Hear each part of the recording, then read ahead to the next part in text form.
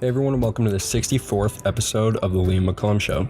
This week I'm talking to Pete Quiones. I was actually starting to wonder why I'd never had Pete on my show before, and then he made an appearance on Tim Pool's show, so I just reached out to him. I met Pete down at the Mises Institute this summer, and I really like the guy. He has some fiery takes when it comes to libertarianism and the different issues that libertarianism is dealing with today, and he's a pretty controversial figure in some libertarian circles. So I figured I'd bring him on to talk about how he got into podcasting and all of his different beliefs and where he's at with libertarianism today. I hope you enjoy this podcast, and remember to subscribe to me on Apple Podcasts, Spotify, and YouTube. There are some visual elements. I embed a clip from the Tim Pool appearance that he made, and then I also have a photo later in the interview, so you might want to check that out. Otherwise, you can find me anywhere else you listen to podcasts.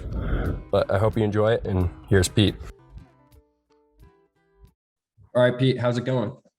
Doing good, man. How are you?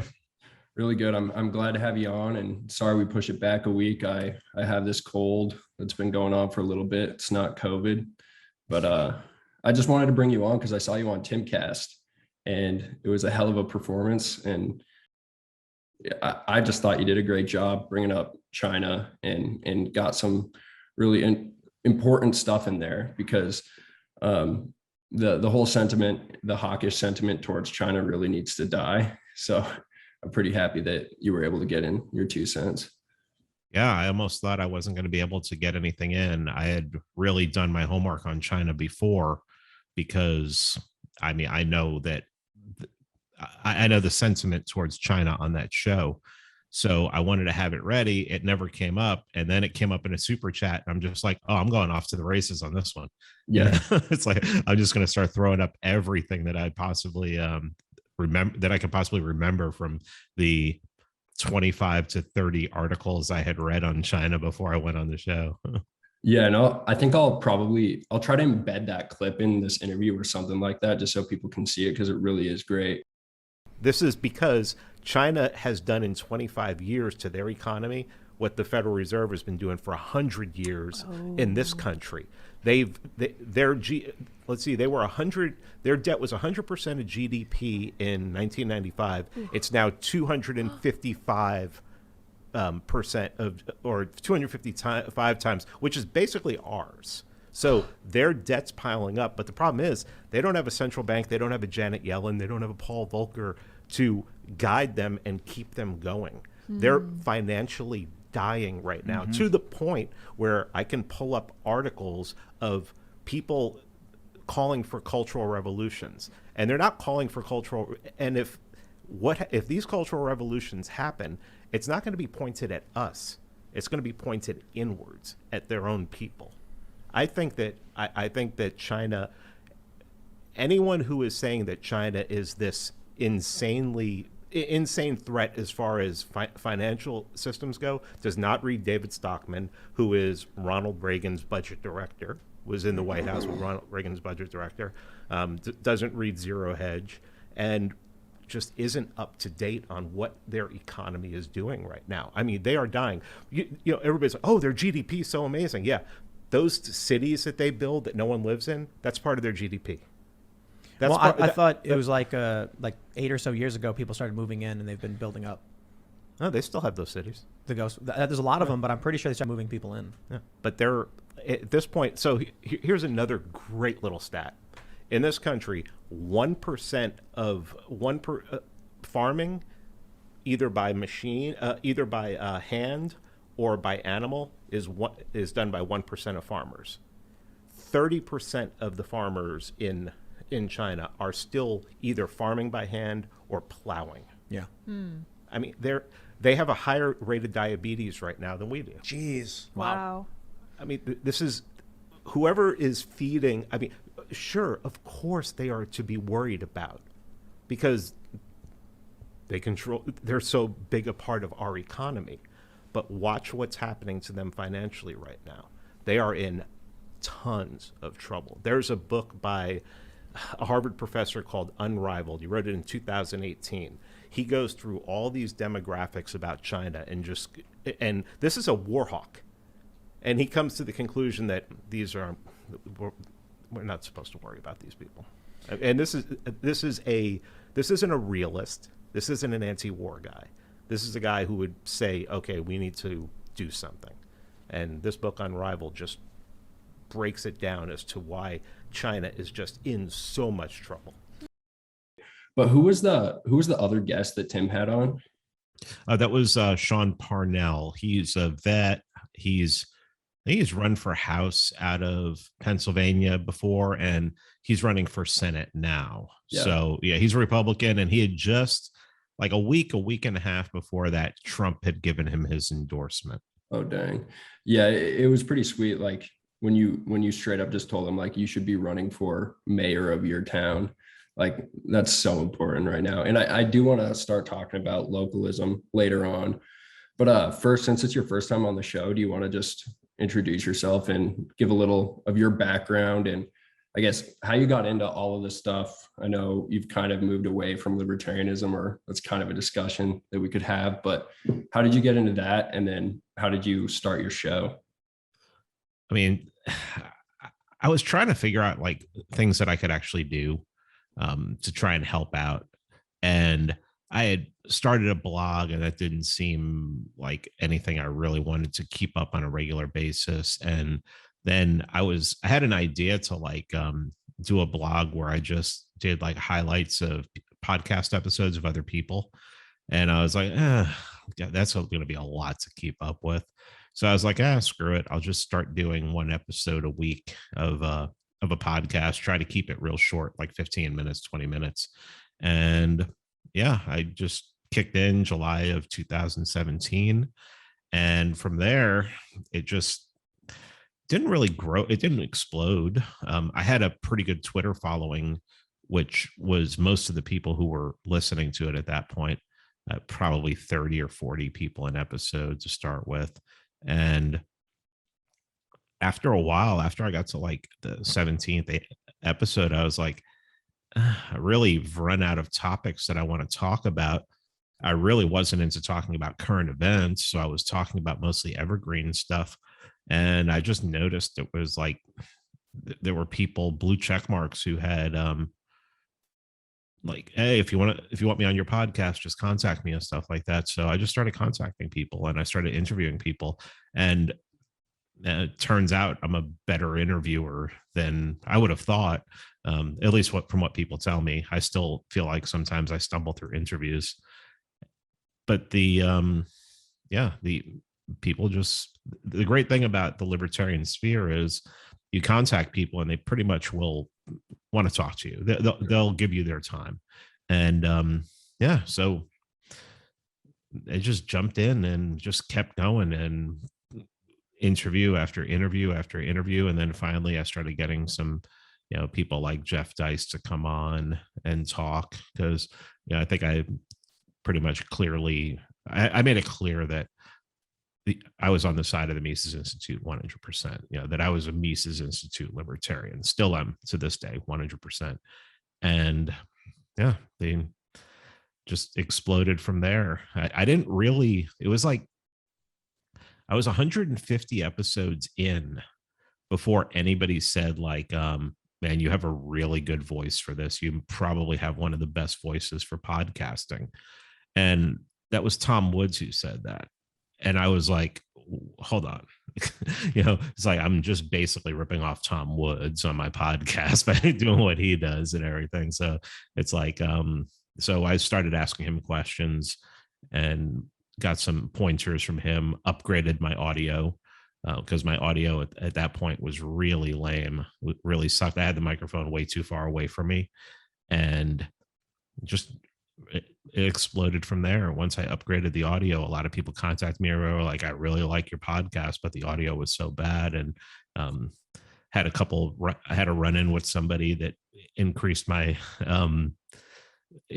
visibility, and it just grew from there. And then when COVID hit, I immediately understood what was happening. I didn't understand it, but I had an idea of what they were going to do with it. I didn't think they were going to do it this fast, but I knew that they were going to go tyrannical quick. Yeah. And within like the first 6 months of COVID, my audience grew like 80%. I mean, it just exploded because I was talking about COVID, and a lot of other people weren't. There were a lot of libertarian podcasts that were just ignoring it. And I saw it for what it was. I started interviewing people who, like Vin Armani, who takes it to a spiritual realm, and started talking to people like Curtis Yarvin, who, used to be a libertarian. He's not a libertarian anymore. And so, yeah, it's just a journey. I consider myself to be a Hoppian libertarian. Mm-hmm. And what I think a Hoppian is somebody who is realistic about the world, that understands that, Hoppe is well versed in Marx and Engels. And Engels said, and Lenin believed this too, that if the state just collapses, whoever's controls the state right now, they're just going to beg for those people to be back in charge. So you don't really want the state to collapse, because you're just going to you're going to have pain, and then you're going to get the same thing again. So I started looking at what Hoppe's idea for moving forward was, and achieving more liberty in this life. And I started running with that. And I didn't really start podcasting on it until recently, last couple months. But I honestly see, people, and Hoppe's idea is to basically go local as possible with politics. And immediately when you start talking about that, all the anarchists are like, well, you're a statist now and everything like that. And I'm like, I just don't care. I just really don't care.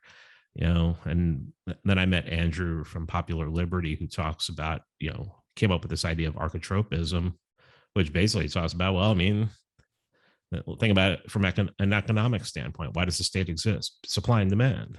There's a demand for it. The people demand it. As long as people demand it, it's going to exist.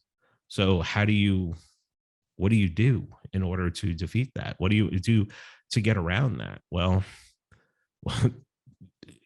Hoppe is as local as possible, but it's going to have to be select areas that would be open to the ideas of smaller government, less taxes, and those are going to be red areas. So now you're not even an anarchist anymore. Now you're a Republican, because you think that it would probably be, in a lot of locations, maybe even most, better to work through like the local GOP than work through like the local LP and stuff like that. So yeah, that's just a quick, that's the last 4 years and 4 or 5 months of my life has basically been that. But really it's like 20 years, because it's been 18 years since COVID started, or at least it feels like that. Right. Yeah. And I'm wondering, so Man Beyond the Wall, I actually discovered you when I was watching Game of Thrones. Was there ever a point where you were like going by Mance Raider? I went by Mance Raider for like the first 175 episodes or something like that. Wow. Yeah, that's really cool. It was just an idea that I had for remaining anonymous on the internet, remaining anonymous on Twitter, because I had a corporate job, working with a multinational corporation, and I was just trying to protect myself. So it was something stupid. I should have just came up with some like ridiculous like name of just like pick my grandfather's first name and my my grandmother's maiden name or something like that, instead of picking a fictional character. But it is what it is, and maybe it slowed my progress a little bit, but I'm here, so it's fine. No, I think it was really cool, because I'm wondering if there were any people who were just big fans of Game of Thrones that stumbled across you just because they liked it so much, and then they became libertarians or something like it in the process. But it would be interesting if somebody like Googled Mance Raider and found me. When I first started, manceraider.com was taken, and I was like, and then one night I used to like every couple of days I'd go and search it and see and everything. And then one day I searched it and it was available and I bought it. Wow. So I actually have Mance Raider. It was funny when I put that out there. I think it was actually Ben Armani who was like, yeah, some low-level employee at HBO just like lost their job because they let manceraider.com go or something like that. Yeah. Yeah. Well, I actually do want to get into kind of post-libertarianism and what you've been talking about. that you referenced just earlier. Something that I'm really interested in just being in Montana is the fact that like Montana already is very local. Like we banned vaccine passports and stuff like that. Yet there's kind of like this interesting movement here where we kind of cut off power from localities, but we still like allow the governor to have power. So for instance, we nullified all federal gun laws, but then we took away local power and we don't allow like the bluer cities to have any regulations at all. So I'm wondering, just in your conception of things, do you think that there's too much of an emphasis on states' rights? And do you think that that's kind of a problem with the current setup? Do you think we should go even further? Well, yeah, I mean, I think states' rights is really important. And, I'll call it federalism. In the last 18 months, federalism has been the difference between, whole states that lock down like California and states that never locked down like North Dakota. And I don't think Montana didn't lock down, did they? They did for like a week. I mean, no one really paid attention to it anyway. Yeah. So, I mean, there's your big difference. And, that's why you have people moving to Florida en masse now. You have people moving to Texas. And I mean, I think federalism is important, but the 10th Amendment and nullification only applies the state to federal. Unless it's written into a state constitution, cities have no mandate to do that, to nullify state law. But it's time. And that's what, that's part of it. What's funny is I think I started using the term post-libertarian, and I don't think I invented it. I'm pretty sure. I want to say I saw Yarvin write it somewhere. I mean, the guy wrote 1 million words for unqualified reservation, so he might have put that somewhere, and I might have saw it. I just used it in the title of an episode, and it stuck. And people use it as a pejorative now, which is a lot of fun, because the problem is there's 14 of us who are like really, really looking at it right now and looking at things and examining like historical libertarianism and things that are just accepted out of hand, and just basically like looking at how libertarianism and anarchism are basically the same, or they should be the same. I mean, they're really in the same ballpark, in the same family, and how it's just impossible right now. It's to think that you're going to have anarchism in our lifetimes is just insane. And all you have to do is look at the last 18 months. And I think what it is with those of us who are looking for a different way or not looking for a different way, but trying to come up with strategies. So like there's people like, I like Jason Stapleton a lot, saying get personal wealth and mobility, grow your wealth and have a mobile income. So basically you're working from home. You could work from anywhere. At this point now, this is what I do full-time: podcast, write, make documentaries. I could do that from I could go halfway around the world. I could live, as long as I have an internet connection, I could live in any country in the world and do this. And that's really nice, because there are some countries that aren't, saying that companies with 100 employees or more have to have mandated vaccines. So I could go there if I wanted to. So I like what Jason has to say, but I also like what Andrew and Buck Johnson and Tho Bishop, what they're talking about is to institute Hoppe's strategy of the classic What Must Be Done from 1997 of going local and making the attempt to create 10,000 Liechtensteins, so that you have mass decentralization and power is only at the most local level, and you seek to privatize as much as you can. So there are different ideas under this umbrella, but Twitter is a place where people get hyperbolic, and I can get hyperbolic. I don't think anybody who's followed me on Twitter, could argue with that. And everybody gets hyperbolic. So like there's an article that I'm not going to promote that came out within the last 2 days. Just, it had like terms edgy in it and sophistry, stuff like that. And it's like, that's not, if somebody's going to critique and you're just going to be like, oh, that's edgy. I mean, that's just a Facebook post. It's not an article to be taken seriously. It's just something that somebody would put in a Facebook post. So, it's like my Substack. My Substack is not meant to be scholarship. My Substack is meant to be rant. And, so when I see somebody ranting against things that I've said, like I said, I had a post where it showed that they wanted to mandate vaccines for all of Los Angeles County. And I retweeted it and said, libertarianism doesn't fix this. Yeah. And then somebody came in and they're like, well, you could protest, you could have peaceful resistance. And I'm like, that's not libertarianism. I mean, that was the civil rights movement. Now you want to rebrand the civil rights movement libertarian, except for the problem is the civil rights movement was about positive rights. So you can't, that doesn't work in libertarianism. And these people aren't thinking. It's what's funny, what it all comes down to, and I think this is another thing that the post-libertarians, what we like to call ourselves Praxians.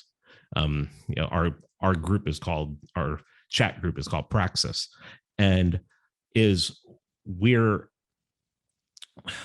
lost my train of thought. We're looking for solutions, but we recognize, okay, so we said libertarianism doesn't fix this. Okay, so here's one of the things that we talk about. I just remembered. Cool.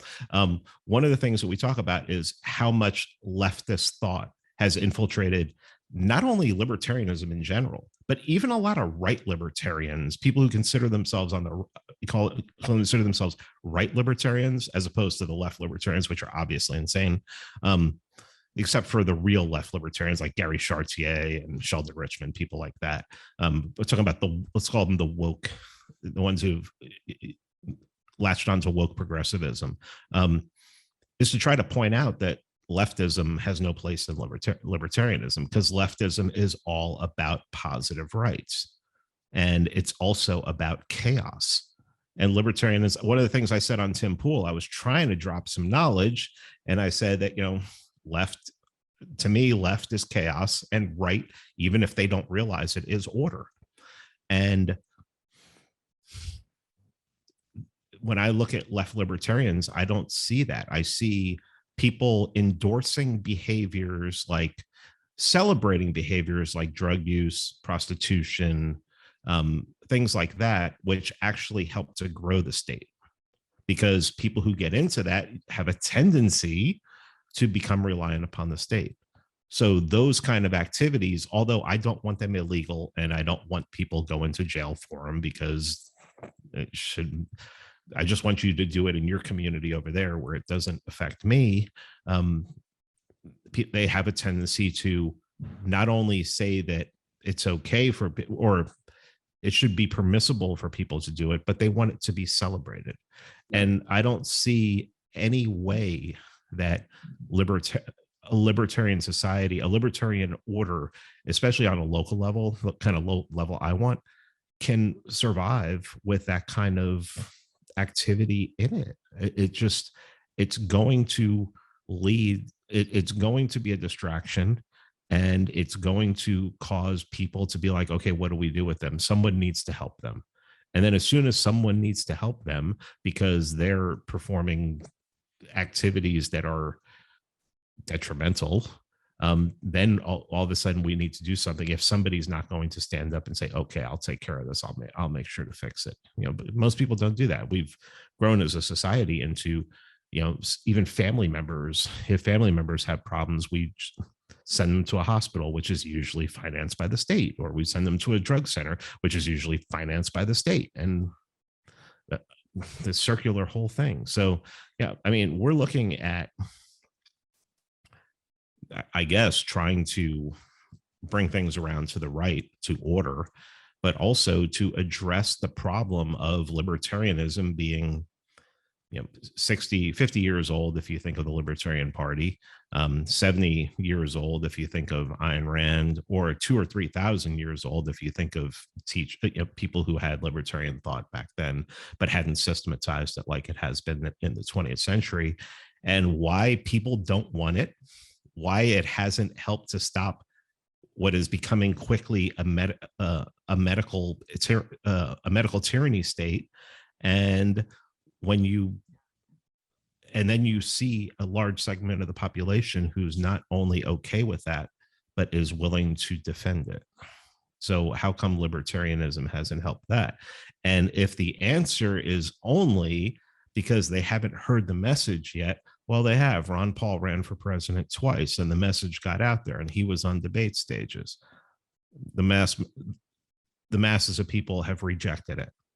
And if you want to look at society now, the left is insane, and the right is worried about China and is worried about people on the border. And so, I mean, really, how is the message of the class, what's become the classic libertarian message of open borders and free trade with everyone, which I tend to agree with myself, how is that going to land on the right? So I think localism is really the only thing right now. I mean, I want Dave Smith to run for president and create 10 million libertarians. I have a hard time seeing it. Yeah. Do you think that it's possible that we do both simultaneously? Like, do you think that there's any room for, like, what Dave Smith would say, just like campaigning to wake people up, and then like a free state movement telling all of them to just turn inward and build their community? Well, the problem I have with this free state project is they're concentrating on the whole state. I think that they really need to concentrate on Keene, and concentrate on Manchester, and concentrate on Lancaster, concentrate on the cities up there, and run a couple people into the state just so you can keep it. I mean, their legislature up there is 435 people, just like Washington. So really nothing can get done. I mean, it's insane when people find that out. They're like, what? But I'm sure. I mean, but it's one of those things. Is like, what's the message? What do you want the message to be? What message do you think that people will latch onto right now? And I mean, I think that the only message that it seems the people who are our most natural allies right now would latch onto is a populist message. I mean, actually Ron Paul's message, including talking about, hate to say it, closed borders when he ran for president twice. People seem to forget that. Seems to be a lot of the right would latch onto it. And then, I mean, I don't know how much they care about the Federal Reserve. I mean, I know a lot of people were screaming end the Fed, but the Fed keeps money printer keeps going brr. I mean, I hate to say it, because Ron Paul, I'll put it this way. Ron Paul did not create liberty. Ron Paul created libertarians. And I'm grateful, because I'm one of them. I'm one of the ones that came out of the Ron Paul camp. But I think now, especially what we've seen in the last 18 months, it's more important to have strategies for creating liberty than it is for creating libertarians. I think strategies for creating liberty may be the catalyst for creating more libertarians or more liberty-minded people. But I mean, if we don't start doing something right now, having a campaign of bringing a whole bunch of people in who, when they don't see liberty happen, fall away, like after it happened 2008 and 2012. And I mean, that's just disheartening for people who live through that and are like myself, who are disappointed in the fact that it really didn't change anything. It changed people. but it didn't change. I mean, I'm sure there are parts of the United States where people were inspired by Ron Paul and they got involved locally and they made some changes locally. I'd love to hear those stories of people who are directly inspired by that. But I've said this before, I've spent a lot of time, I haven't spent a lot of time around Ron Paul, but I have spent time around him. And when people come up to him to talk to him, they never say, you inspired me to take over to run for office in my hometown. And, now we're privatizing things that were government run at that point. They usually say, thank you, you really changed me. And that's important. I mean, we have to start by changing ourselves. But I think that at this point, especially if this COVID insanity keeps going, we're going to have to create liberty, and that's going to be more important than creating libertarians. And I honestly believe that's only can be done on the local level at this point. Yeah, I watched the Ron Paul documentary at Rev 21 when I was down in Florida, and I couldn't help because it really was like a very surreal documentary to see all of that and like see the community that was built up around Ron Paul and that movement.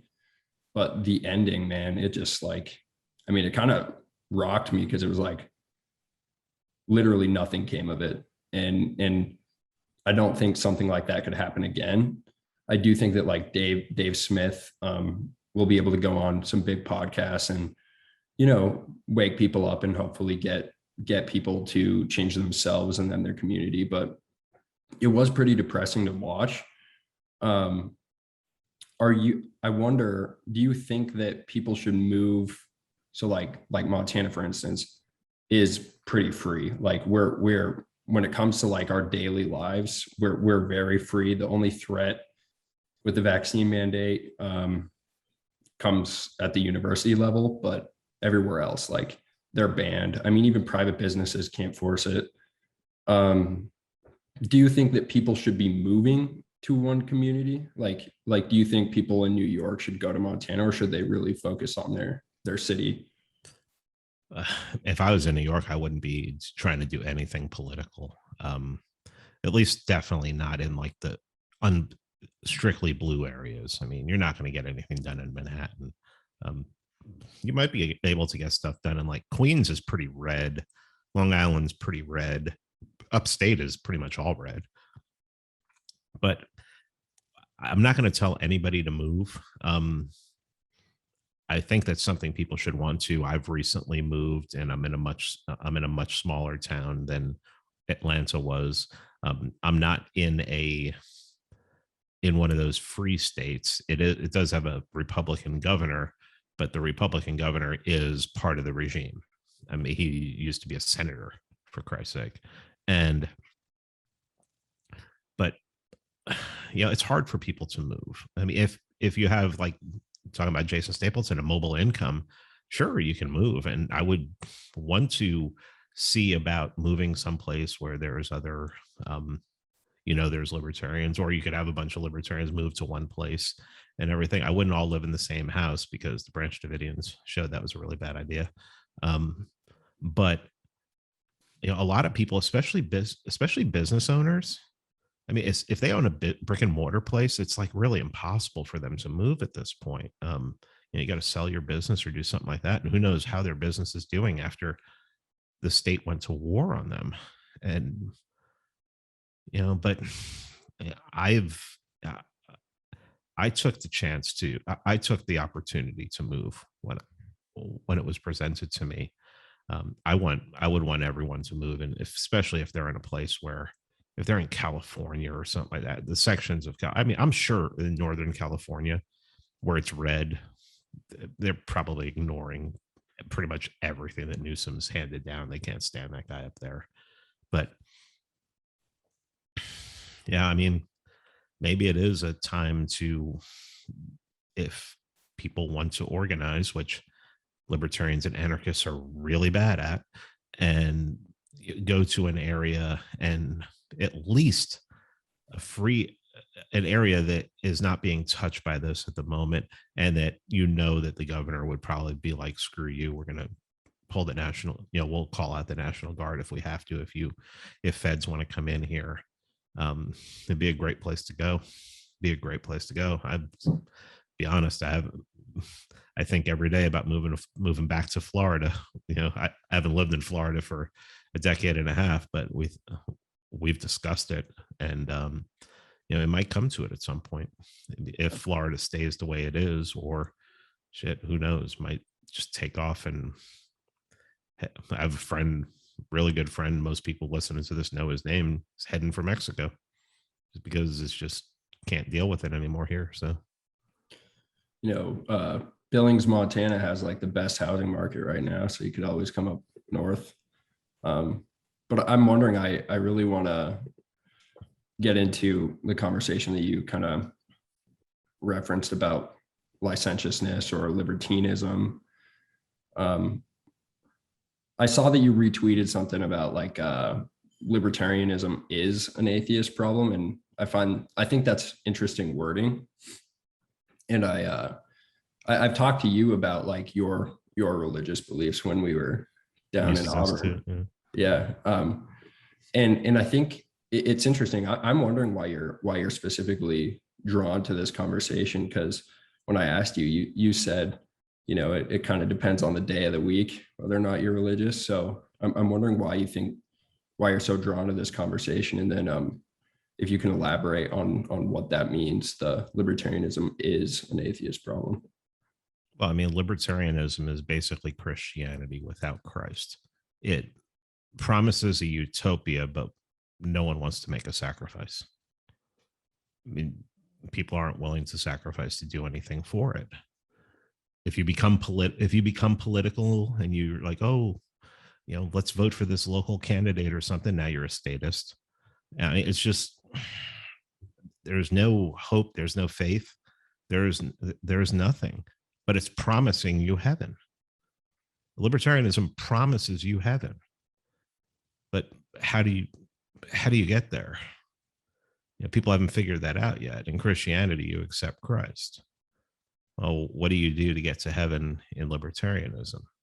Which is the problem with libertarianism is an atheist problem. I say libertarianism has an atheism problem because there are just so many people involved in it that are not only atheists, which doesn't bother me. Hans Hermann Hoppe is an atheist, but I would definitely live in a covenant community with him. But they have not only an aversion, but they have a hatred of Christianity. I mean, and maybe this comes from Ayn Rand, because it definitely doesn't come from Rothbard. Doesn't come from Hoppe. So maybe it's something from Ayn Rand or something. I don't know. But the problem is that 70% of the people in this country say they believe in something, a higher power at least. Christianity is still the majority religion, yet they seem to, these anti-Christian libertarians seem to want to either say they can't be libertarians. And I know libertarian Christians. I know a lot of Christian libertarians. And I know libertarians who say they're not real libertarians because they're Christians. It's almost like some of these people are like, you have to renounce Christ before you can become a libertarian. These people are insane. I mean, they're just absolutely insane. They have a mental problem. I mean, that is a mental problem. That is leftism. I mean, it's the commies. Yeah. The commies could not allow any other God except the state. And that's exactly what they can't allow any other God except anarchism. Anarchism is, I agree with Curtis Yarvin. The problem with libertarianism is that it turns everyone into their own sovereign. And there are people on this planet that we know personally that should not be their own sovereign. They need to be governed. They need to be controlled. And that is just an economics problem. That's a supply problem. They need to be supplied with somebody to control them. And that's why a government exists. That's why they demand a government. That's why libertarianism cannot and never will exist on a grand scale without some kind of change in evolution or something like that, without an evolutionary jump. It can only exist on the local level with like-minded people coming together, because the majority of people believe they need a state. That's why the state exists. That's why the state has power. That's why war exists, because people demand war, and somebody's going to be there to supply it. That's one thing that Andrew from Popular Liberty has really beaten into my head, is everything is economics. Everything you see on the planet is economics. It's like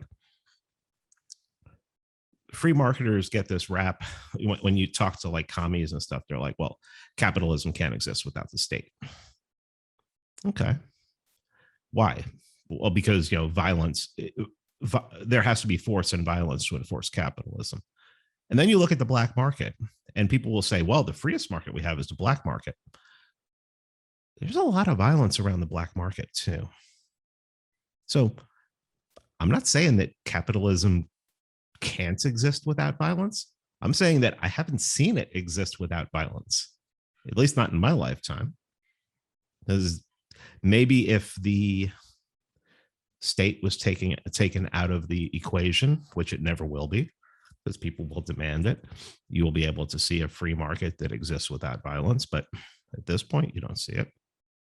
Agorists know, especially once you start getting into a black market, you get into things like drugs and guns, people will get violence to protect their enterprise. And a lot of people will make arguments that the reason that happens is because the state exists and it has to be done on the down low. But we also know that this country, the government, goes to war to protect their financial interests and commits violence to protect their financial interests. So for me I'm going to have to experience capitalism without violence in order to believe that it can exist without violence at this point. And this is one of those things that makes me a quote unquote post-libertarian, because I'm questioning everything at this point. And I allow people to argue with me as long as they argue in good faith. I change my mind all the time if people come with a good argument, and people change my mind all the time by giving me information. So I'm willing to talk to anybody as long as it's in good faith, and as long as there's words like edgy or sophistry aren't included in it, because it's just you're trying to win an internet argument in print, and you just look like a fool. Yeah. I'm interested. Do you think the leftists are right then when they mentioned something about like late stage capitalism? This is something that I've always been interested in, is their argument that not necessarily that what we have is necessarily capitalism, like they can conceive of free market capitalism, it almost seems, but they think that this is the end result of it. Yeah, that's hard. I haven't really thought about that much. I mean, we're definitely, with what the Federal Reserve has done in the last 108 years, we're reaching some kind of crescendo. We're reaching some kind of cliff. And at this point, it's real easy to look at like the market, to look at capitalism from a communist point of view, a socialist point of view, and critique it, because the people who have orchestrated capitalism for the last 108 years, they made tons of mistakes.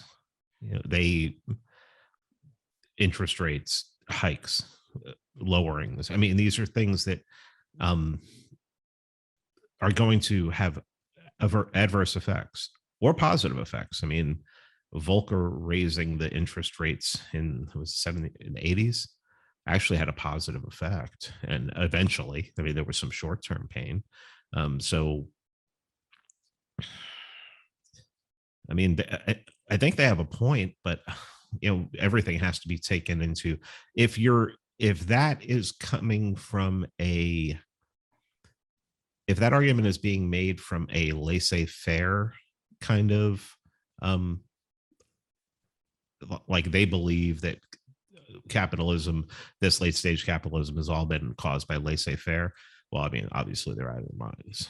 But if they believe in Marx's definition of capitalism, which is basically fascism, the marriage of business, capitalism, business can't exist without, in the way it is now, without the state, which really we can't at this point.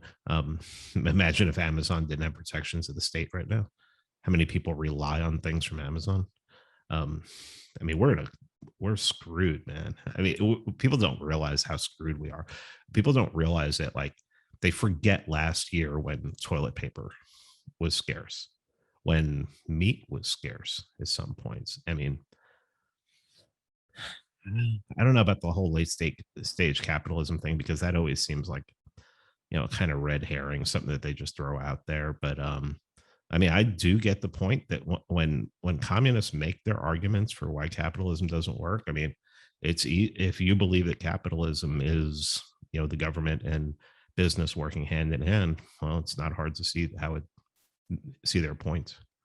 Yeah, I think the thing that I buy into the most, or like if anything is intriguing, it's the idea that it is necessary, or that people will desire what we have right now, and we will get to this point. Not necessarily. So like, if that's what they're saying with the late stage capitalism argument, is that not that this is a result from laissez-faire capitalism, but that people will naturally tend to desire what we have right now, or at least guide us to this point. I think I'm more likely to buy that. But that makes sense. Yeah. I wanted to go back to what you were saying about the atheist libertarians. And so I am a Christian libertarian, and I think I would still call myself a libertarian, but I've been struggling with the word anarchist. And I know that you kind of combine them, and you would say that libertarianism is anarchism. But the reason that I'm opposed to that word is because, like, the phrase "no gods, no masters" comes to mind.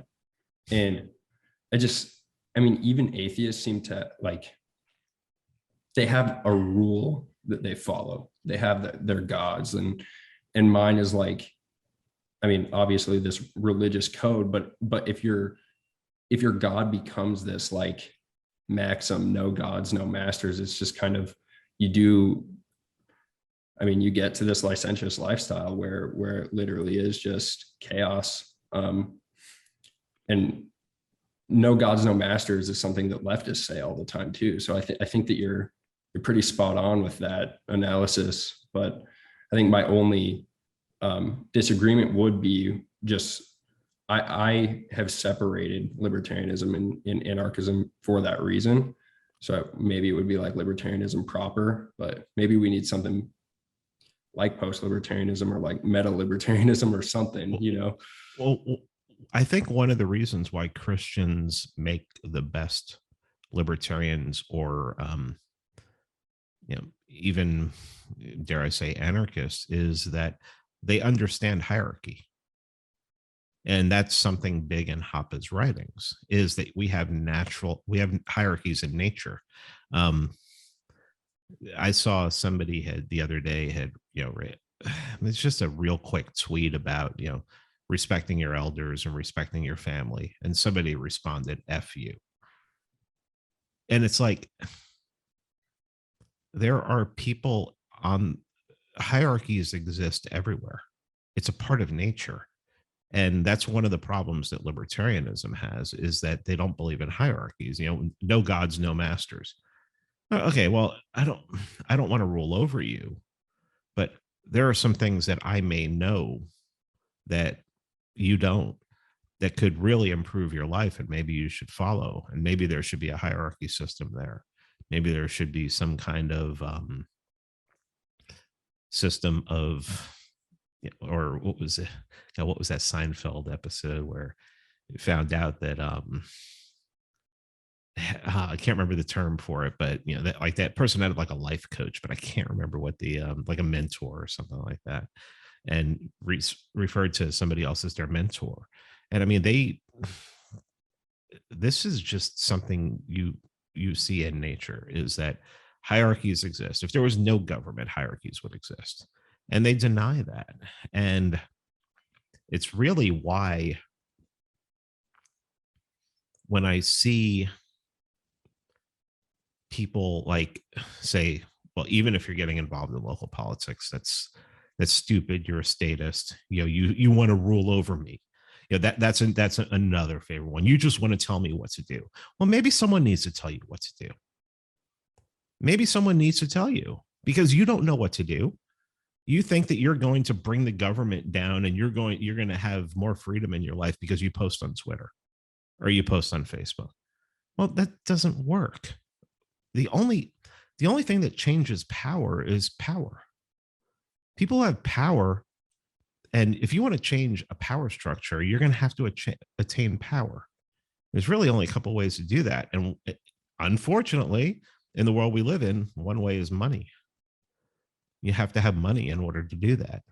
It's like Matt Erickson gets in trouble for saying, well, just make more money. Well, if you want to have political change, and he says this like ironically, not really though, buy a politician.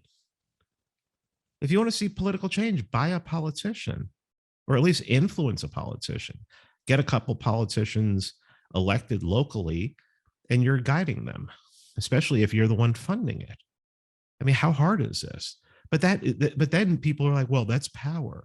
And Andrew, I keep bringing up Andrew from Popular Liberty. He said he had a tweet. He said, libertarians treat power as a morality problem the same way communists or leftists or socialists treat capitalism as a morality problem. And they're both wrong and stupid.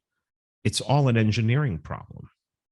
It's how it's engineered, how it's done. The power is not the problem. Someone's always going to have power over you. If there's somebody who has more guns than you, they have power over you. Even if they don't want to exercise it, they technically do.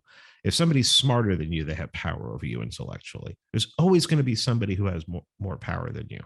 Power is not inherently something bad. It's just how it's used. And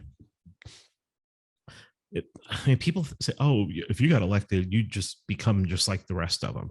Well, Ron Paul didn't do that. And most people were brought into this that I know, from my generation, were brought into it by Ron Paul. But he didn't do that. So you think is Ron Paul's that much greater a human being than you? He has his flaws. I mean, we all have our flaws. I just don't understand this whole thing about there's this whole thread of we need to change the way things are right now. Well, sure, get some power and change it. Well, we can't do that. It's a violation of the non-aggression principle. Then how are you going to change anything? Guns have never changed. I mean, guns have changed things, but they've never really changed things ideologically. For the better, maybe. Maybe you could say the American Revolution, but look where we are now. That some people will say the American Revolution. Then you go and study the American Revolution, and you're like, oh, these guys were a bunch of conspiracy theorists, and that's how they sold the war. That's interesting. Yeah. So, I mean, I don't know, man. Hierarchies are nature. It's a part of nature. And people who just instinctively dismiss them, I just don't really know what to do with those people, because what it basically tells me is that they're immature. And they don't have good relationships with their dad, maybe. I mean, I hate to go there, but I mean, that's almost the way it's almost the way it comes off, is that they talk about power and they talk about authority in such a way that they have it sounds like they have a bad relationship with their dad. Yeah, I was actually just going to bring that up, the authority aspect, where like we're supposed to just be anti-authority, and it's this very egalitarian, like very left-leaning thought that I continue to see, where I'll meet some people, especially in the LP, and we didn't really get to talking about the LP and Theo Bishop and stuff like that. But a lot of the people I meet in the LP, they'll say, well, libertarians are against authority. And I'm like, no, we're just against illegitimate authority. And I think as a Christian, that's where I come to it. It's like, I mean, we're supposed to have authorities. Like, I mean, what are your community members, your teachers and community? What are when you hire someone to delegate like disputes or mitigate or act as a mediator, like what are they? Like those are legitimate authorities. It's just the question of what makes an authority legitimate and illegitimate. And since I'm a Christian, I just think that we all have the image of God, and that's kind of how I get to that. So there's a sense in which we need to respect the dignity of each other. But yeah, I think everything you're saying is absolutely correct. And I see it every day when I'm interacting with really left-leaning libertarians. And the sad part is that a lot of people who are spouting left-wing ideology, who are libertarians, don't know it. They think they're like right libertarians, or they're that the third leg of the stool. We're neither left nor right. Oh, God. I just can't. After I read Hoppe's Getting Libertarianism Right, and right on that is meaning right way, towards the right and not, correct. I was just, he quotes so much Rothbard in there too. And you see that Rothbard was like, left is just chaos. It is, egalitarianism is chaos. Left thought is chaos. I mean, there are things you can learn from the left, like the fact that they're not scared of power, and that they want power, and that they know how to get power, and they know how to consolidate power. And that is something that maybe people who are libertarians should learn from. But then again, there's that pesky non-aggression principle, where it's just like, well, I mean, it's just handcuffed. I mean, I wrote an article called Why the Libertarian Party Will Never Have Political Power last year, and it just addressed the non-aggression principle, and how, if that's like the one thing that you have to agree upon in order to join the Libertarian Party, I mean, how do you participate in politics? I mean, technically, the existence of the state is a violation of the non-aggression principle, because the state is predation, is force. Well, I mean, you're gonna have to get around it if you hope to change that. And I think really the only way to change it is, like I guess I keep saying the word local, is to influence that locally, and seek to even nullify what your state or your county may want to do, and just be like, no, we're not going to do that. But it's one of the things, the post-libertarians, the Praxians, it's one of the things we talk about, is that if, and there are some of us who don't want anything to do with politics at all. And I'm one of those people who believes too that libertarians should not become political unless they are financially sound, unless they are pillar of their community, unless they are what Hoppe would call natural elites, people that other people would come to solve problems for them, to get advice, to get counsel. I just don't think it works any other way. I mean, especially if you're going to do what we're looking to do, which is to basically privatize your local government and establish a Liechtenstein. And it just doesn't, and in order to do that, you also have to believe in morality. And it's amazing when you talk to some libertarians and they just don't understand. It's like, well, whose morality? It's like, well, if you have to ask that question, I don't know that we can keep having a conversation. Because if you're so reactionary to the term morality, then you're probably on the left. At least I think someone on the right, if you spoke about morality, if you said the term morality, they'd probably shake their head and go, okay, yeah, we can talk, sure. But a leftist is instinctively probably going to like bristle. I don't know what to do with that person. So we're running out of time, but I'm wondering, I got some questions from some people, some of my listeners. Go ahead. Yeah, let's do it. So one of the themes was just, how do you think the US will look in 5, 10, 25, 50 years? And I guess, where do you find hope? Do you have hope? Or are you pretty, I guess, black-pilled? Well, I think that there is going to be a large percentage of the United States in, let's say, 25 years that still exists as the United States. I think that pieces are going to start breaking off. I think you're going to start seeing secession. It's going to start with states, obviously, and then, hopefully we start going down to localities from there. But I mean, Washington, Jersey, Pennsylvania, Washington, New York, and everything, that'll probably be its own country, something like that. Maybe the New England states will have their own country or something like that. I think that's where it goes.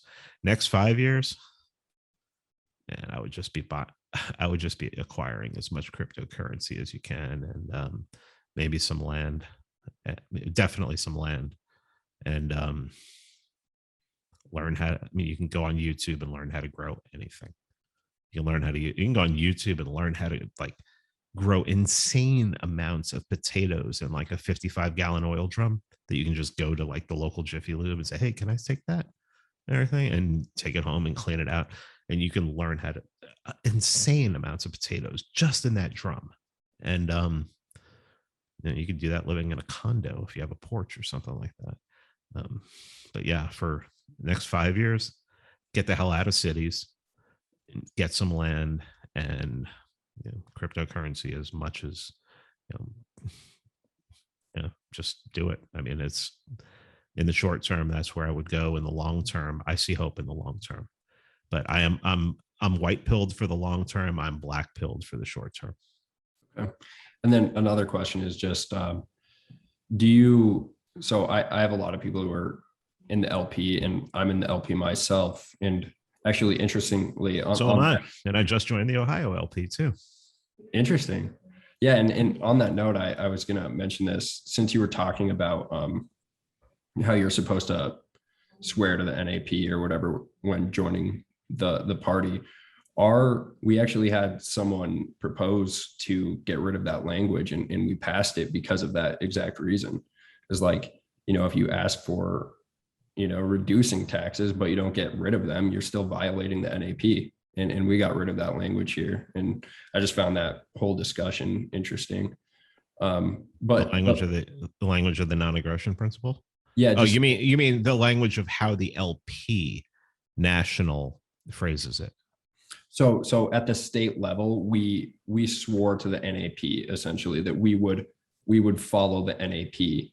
And the person's argument was that we shouldn't have to do that because with that language, any person in the party could be removed from the party if they advocate for just reducing taxes instead of getting rid of them. If someone, if there was a really bad actor in the party, they could remove you. So we just said that we have to strive towards libertarian principles or something like that. But the question makes sense to me. Yeah. The question is, do you, and maybe you do because you joined your local party, do you see any validity in joining the LP at the local level? I know that you have some issues at the national level, but.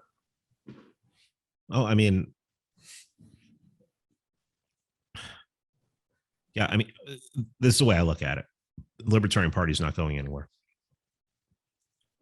So as long as the Libertarian Party is not going anywhere, I want to do as much as I can to guide the message, guide the way things are done, the strategy, any strategy. I want to be somebody who does that. I want to be influential in that.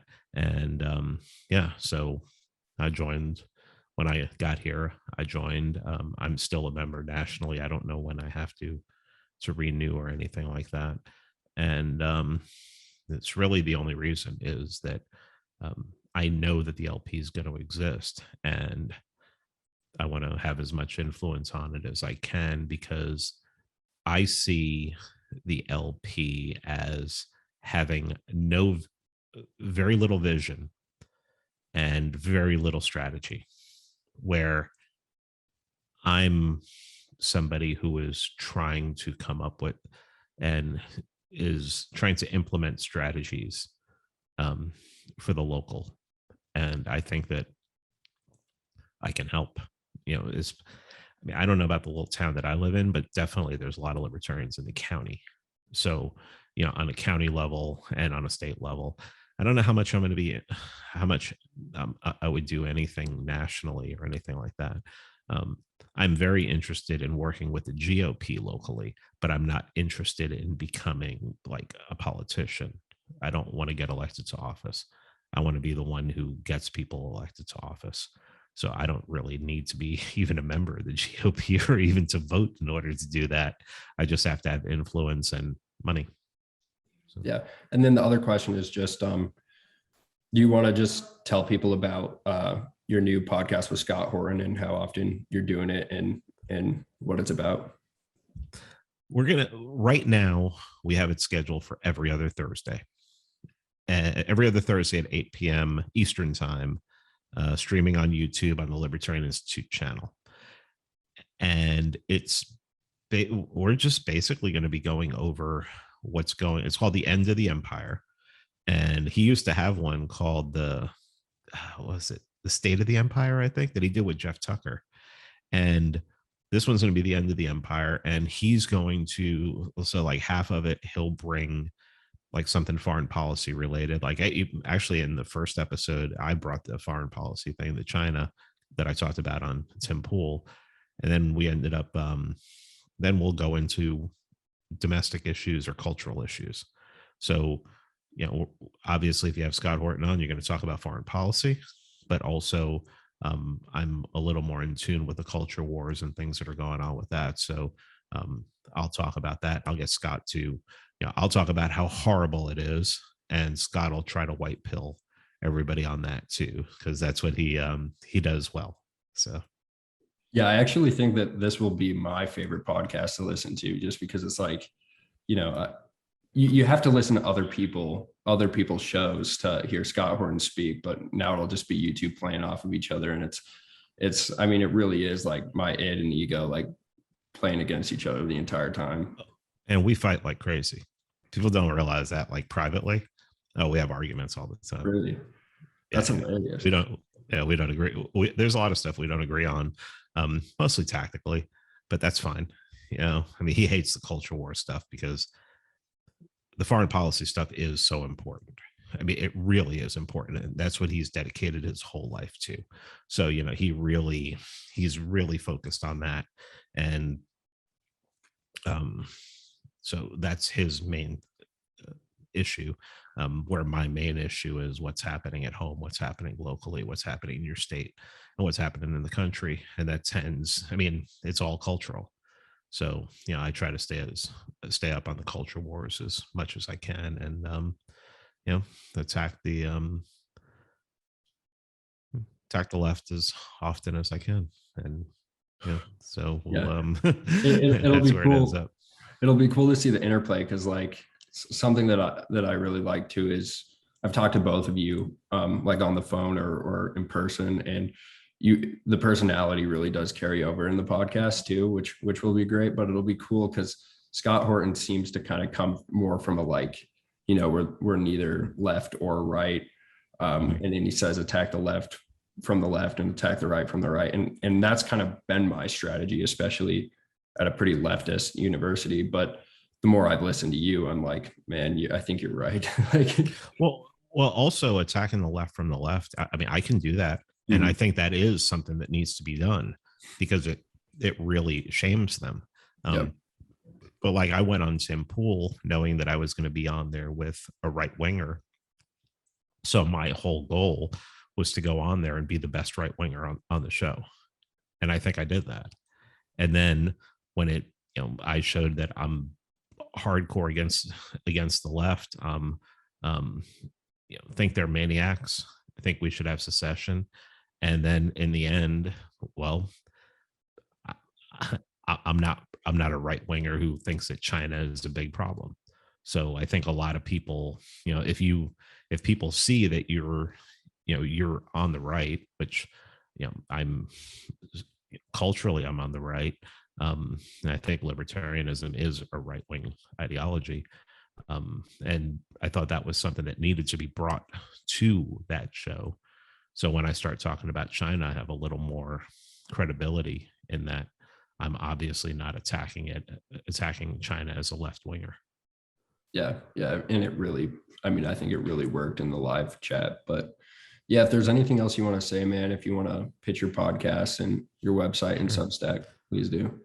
Freeman Me on the Wall podcast.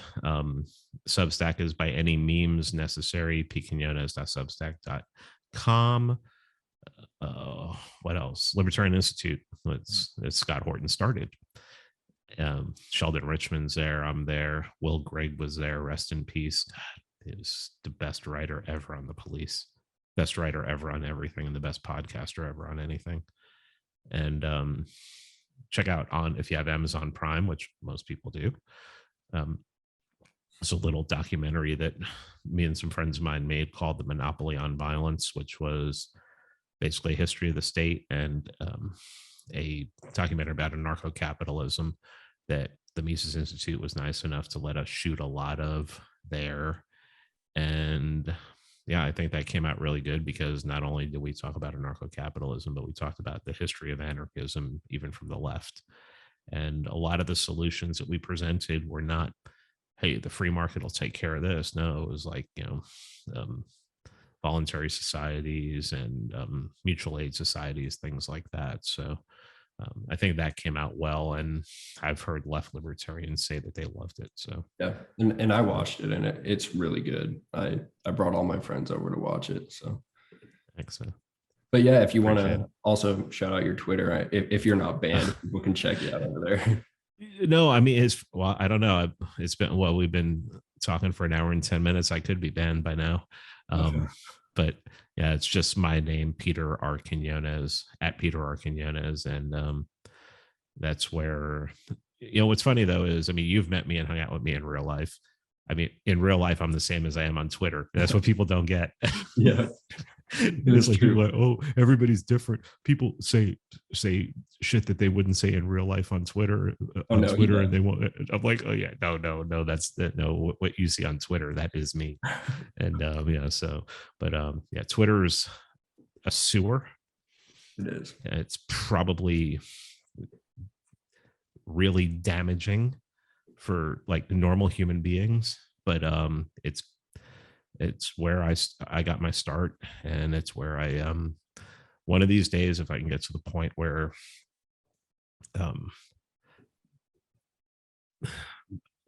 the podcast grows and gets to the point where I don't feel like I have to, it's taken on a life of its own, I'll try to spend a hell of a lot less time on there. Yeah, like a Joe Rogan, he doesn't even look at anything.